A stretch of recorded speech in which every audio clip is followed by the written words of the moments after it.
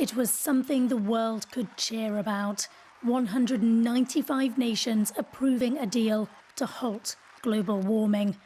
They agreed to keep global temperatures from rising more than 2 degrees Celsius above pre-industrial levels. They also laid out a long-term plan to reach peak greenhouse gas emissions as soon as possible. And every 5 years, each country's progress in cutting emissions will be subject to review. Rich countries will also have to help poorer nations by providing climate finance to help them switch to renewable energy.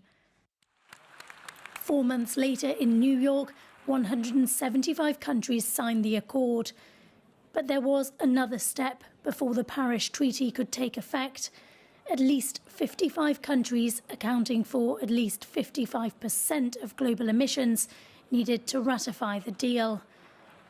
Efforts to bring the deal into force were given a big boost in September when China and the USA, the world's two largest greenhouse gas emitters, ratified the agreement.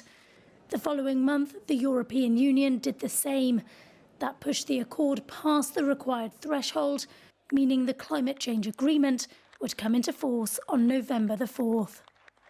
When the deal was reached last year here in Paris, few imagined that by the time they would meet for the next climate conference, the Paris Agreement would be in force. Now that it is, the focus in Marrakesh is going to be how the pledges made last year will be fulfilled and how they can be approved upon. Kate Parkinson, CCTV, Paris.